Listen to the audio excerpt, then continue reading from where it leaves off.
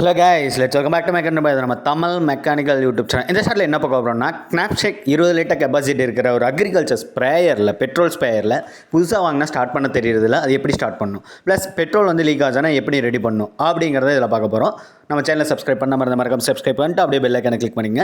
இப்போ நம்ம கார்பரேட்டர் ஃபுல்லாகவே டிஸ்மாண்டில் பண்ணிட்டோம். இப்போது நார்மல் 2 ஸ்ட்ரோக்கு ஸ்பேயருக்கும் இந்த இதில் இருக்க அந்த ஒயிட் டேங்க் இருக்கிற பெட்ரோல் ஸ்பேயருக்கும் என்ன டிஃப்ரென்ஸ் அப்படின்னா, அதில் கார்பரேட்டர் க்ளீன் பண்ணி போடலாம், இதில் கார்பரேட்டர் க்ளீன் பண்ணி போட முடியாது. ஜஸ்ட் அட்ஜஸ்ட்மெண்ட் தான் பண்ண முடியும். க்ளீனிங் ப்ராசஸ் கிடையவே கிடையாது. போனால் செட்டாக கார்பரேட்டரை தான் மாற்றி ஆகணும். ஸோ இது எடுத்தால் கேர்ஃபுல்லாக எடுங்க, ஓகேங்களா? இப்போ பெட்ரோல் வந்து லீக் ஆகுது. இந்த ஒயிட் கலர் இந்த ரப்பர் பபுள் இருக்குது பார்த்திங்களா, அந்த பபுள் வந்து கொஞ்ச நாள் ஆனால் இன்ஜின் ஹீட்டில் அப்படியே வெடித்து பெட்ரோல் வந்து இதில் வந்து ஸ்டோர் ஆகி நிற்கும். ஸோ அந்த வெடிப்பில் அந்த ஸ்டோர் ஆன பெட்ரோல் நமக்கு லீக் ஆகிட்டே இருக்கும். இது கொஞ்ச நாளில் வந்துடுங்க, லீக்கேஜ் ப்ராசஸ் வந்துடும். ஏன் அப்படின்னா இன்ஜின் ஹீட் ஆகிறதுனால நமக்கு வந்து அந்த ரப்பர் வந்து வெடிச்சிடும். இப்போ வந்து நம்ம இப்போ இது எப்படி டிஸ்மேண்டில் பண்ணால், கார்பரேட்டர் ஃபுல்லாக டிஸ்மேண்டில் பண்ணிட்டு பாட்டமில் ஒரு 4 ஸ்க்ரூவை கழட்டி இந்த ரப்பர் வந்து புதுசாக நீங்கள் போயிட்டு கடையில் வாங்கிட்டு வந்து அதுக்கப்புறம் இதை வந்து அப்படியே ஃபிட் பண்ணாங்க.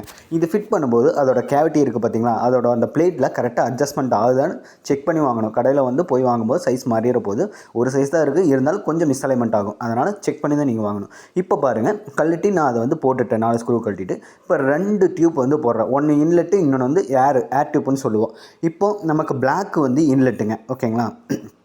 பிளாக் வந்து இன்லெட்டு, ஒயிட்டு வந்து அவுட்லெட்டு, ஓகேங்களா? ஏர் ஸ்க்ரூன்னு சொல்லுவோம். இப்போ நமக்கு வந்து இந்த பபிள் வந்து அமுத்துறோம், ப்ரெஸ் பண்ணால் மட்டும்தான் நமக்கு வந்து பெட்ரோல் வந்து கார்பரேட்டர்லேயே லோட் ஆகுங்க.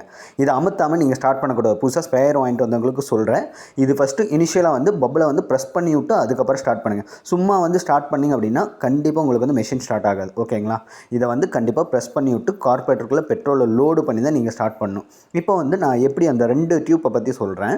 இந்த 2 டியூப்பில் பிளாக் வந்து இன்லெட்டுன்னு சொன்னேன், இன்னொன்று வந்து அவுட்லெட்டுன்னு சொன்னேன், அதாவது ஏர்ன்னு சொன்னேன். இப்போ நீங்கள் ப்ரெஸ் பண்ணும்போது அந்த ஒயிட் கலர் இருக்குது பார்த்தீங்களா, அந்த அதாவது பார்த்தீங்கன்னா டிரான்ஸ்பிளான்ட் டியூப்பில், அந்த டியூப்பில் வந்து நமக்கு ஏர் வந்து பபிள் பண்ணுற மூலிமா ஏர் ப்ரெஷர் வந்து நமக்கு டேங்க்கில் போகும். ஸோ அப்படி டேங்க்கில் போகும்போது நமக்கு பிளாக் கலர் டியூப் வழியாக நமக்கு இன்லெட்டாக வந்து பெட்ரோல் வந்து கார்பரேட்டருக்குள்ளே சப்ளை ஆகுங்க.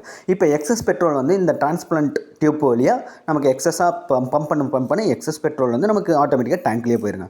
இதுதான் வந்து நமக்கு ப்ராசஸ், ஓகேவா? இப்போ வந்து கார்பரேட்டர் ஃபுல்லாக அசம்பிள் பண்ணிக்கலாம், ஓகேவா? தேங்க்யூ.